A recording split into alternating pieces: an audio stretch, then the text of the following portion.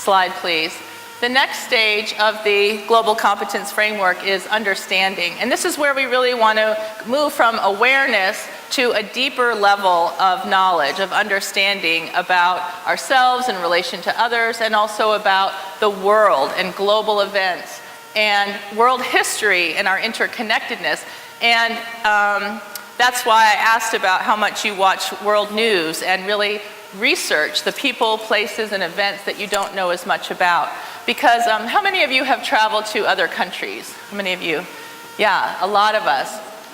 I'm sure you've had the experience then when you go to another country. Let's say, for example, I'm an American. And when I go to other countries, I'm actually embodying not only myself, Katherine Turner, I'm also representing the United States. And people make a lot of generalizations about the United States based on their interactions with people from the US.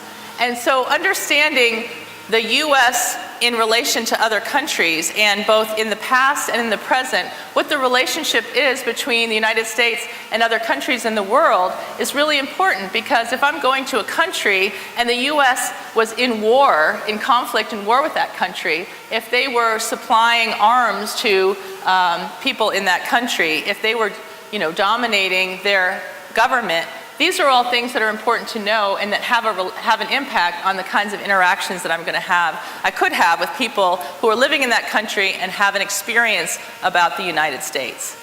So again, this is about deepening our understanding about these issues. So next slide, please.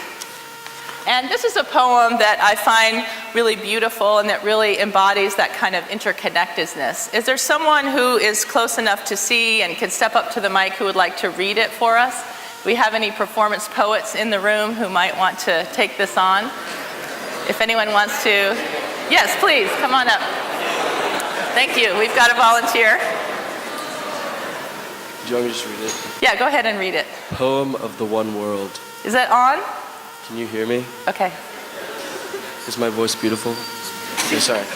This morning, the beautiful white heron was floating along above the water, and then into the sky of this, the one world we all belong to, where everything sooner or later is a part of everything else, which thought made me feel for a little while quite beautiful myself. Great. By Mary Oliver. Thank you.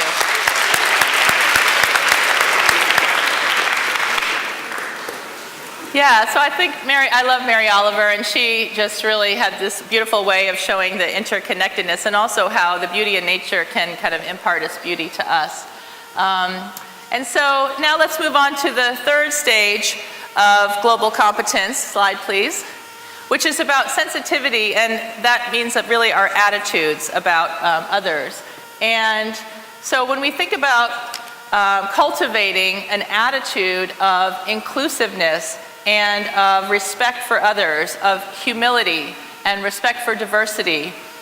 These are all crucial attitudes when it comes to being a globally competent person or being a global citizen. And I'm just kind of touching lightly on a lot of these. I do a lot more workshops and classes that are more in depth, but obviously we don't have time for that today. Slide, please. And this slide, I think, gets at that attitude towards it's about the interconnectedness and our attitude towards that. When we think about how we act with others, our compassion for others, and the attitude we have about other people, and how that affects our interactions in the world and our effects in the world. And this slide, the image of it is so powerful to me of, walking by a homeless person and that inclination to look away, to not want to look deeply at someone who is homeless and on the street. And it just happened to me again in Chapel Hill and on Franklin Street. And I was just struck by that, the absurdity of a human being walking by another human being who's lying on a sidewalk and not interacting with that person or finding out if he's okay or what he needs or what we can do to help him, and how we become inured to that. And so just wanting to have us think about how we cultivate compassion to the point that we are really cultivating an attitude of being responsible to each other. So we'll go on to the next slide, which is on ethical practice, and this is where we really take all of that, our awareness, our understanding, and our attitudes, and we put them into practice. And we do this on an ongoing basis. So ethical, and like yoga or mindfulness, practice is something that we do all the time. And it's something that we have to learn, and we have to kind of keep doing and bringing ourselves back to when we get off track. And so again, this kind of practice of how do we act in an ethical manner. So I want to go, next slide please. In the field of global competence, there's a lot of discussion about the terminology, global competence, cultural humility, and to me, I see cultural humility as one of the key tenets of global competence. And there are, you see here, some of the thought leaders in this area, Melanie Tervalon and Jan Marie Garcia, talking about cultural humility as a lifelong process and about redressing power imbalances and maintaining those mutually respectful dynamic partnerships and dynamics, and that kind of mutual, again, mutual empowerment. And what does that mean? You know, the term empowerment I hear used a lot, and often I find misused, because empowerment inherently is something that we can only do for ourselves. So sometimes I'll see people use the word empowerment like, we're going to empower nurse midwives to address the needs of women in the community. I can't empower anyone else. And to think that I can is inherently disempowering. And so thinking about empowerment as something we can actually foster an environment and create opportunities for people to achieve empowerment, but it's not something that we do to someone else. And when we think about cultural humility, and this is something I think is incredibly important to talk about in particular, again, in the United States, because we in the United States are taught from the beginning that the US is a global superpower, that it is somehow a superior nation. It's the best country in the world. And I believe, I'm not sure if anyone could be president of the United States if they didn't state that repeatedly. And I really fight that notion because I think it's a false notion of cultural superiority. That why would the US be somehow better or superior to any other nation? What makes that so? What's the standard? Who's decided that? You know, what's the test for superiority? And so it's something I want us all to really think deeply about. The messages as we're living, and we may not all be United States citizens, but living in the United States and getting those messages about what I believe to be false notions of cultural superiority, how do we then question that? How do we unlearn that? And how do we learn a new way of understanding about dynamics between nations that respects the inherent strengths and opportunities that each nation brings? So again, this notion of cultural humility is really key to global competence. Slide, please. And next, I wanted to talk about some principles of ethical global engagement. So these are some of the tenets of that. Integrity, which is really the cornerstone of global competence. Humility, which we've already talked about. Accountability, how are we responsible for our actions or for our policies? Equity, which we'll talk about more in a minute. And then again, this notion of a mutual empowerment, that through our interactions, through our partnerships, through our work together, everyone should benefit. It shouldn't just be one-sided, basically, in that engagement. So slide, please. Another important skill in global competence is intercultural communication. So when we think about what are some of the barriers to effective intercultural communication, I've listed a few of them here. I'm sure you all would have others that you would want to add to that list. And so think about when we make assumptions about other people, how does that impede us being able to really see each other and be able to really communicate with each other and have an actual relationship? You know, obviously we all have different communication modes and norms, and that's due to culture or geography or language, other factors, and that's just a reality. But some of these other things, ethnocentrism, which I mentioned earlier, this belief that somehow our ethnicity or our culture is the center, is the norm, and is preferable to others. So checking ourselves on that ethnocentrism, that the way I do things is somehow the way things are supposed to be done.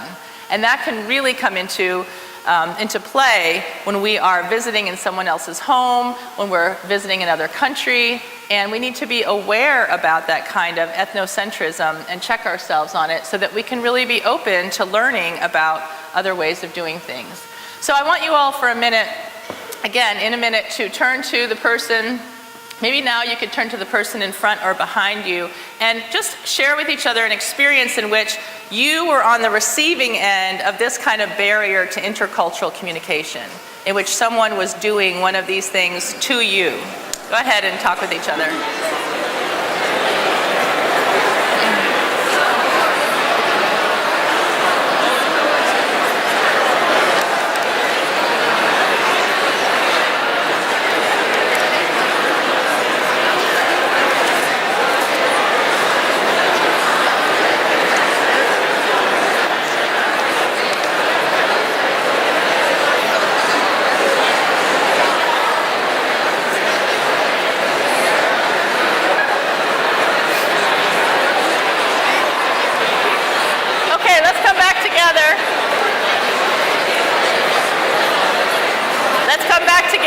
As one group.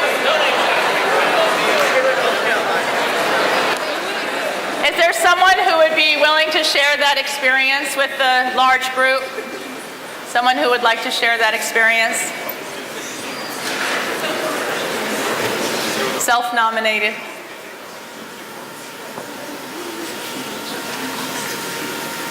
Okay, that's fine if not. Oh, was there someone? Yes, please, go ahead. Why don't you do that? Yeah, unless you feel like you can speak loud enough for everyone to hear.